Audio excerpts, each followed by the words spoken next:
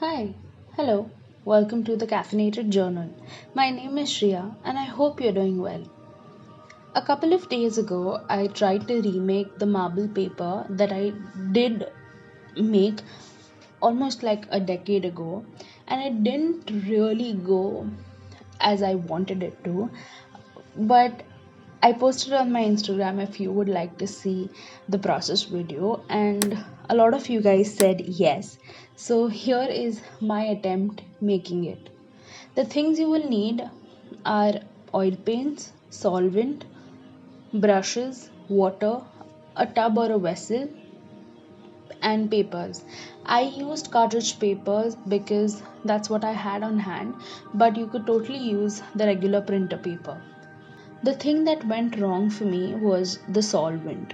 I tried to do a little bit research about it after the whole thing kind of failed, and I realized that the solvent needs to be non-oil based. I used linseed oil instead, which sort of ruined everything because it keeps the color quite thick and dense, and to get the marble effect, I believe you need the color to kind of spread a bit, which didn't happen in my case. You will notice that some papers had a really beautiful marble effect on the back side, but the front side just had blobs of paint, which gives it a speckled look. This technique in no way is wrong, but rather the materials I used were. The method is simple, just mix the colors with the solvent. In a tub or a bowl, take water and start pouring in the colors. Once you are happy with the colors, just dip the paper into it and you can give it a little bit of spin, or just let it sit for about 10 seconds and remove it. It takes about a day to dry off completely. Make sure that the bowl you use is big enough to fit the entire piece of paper.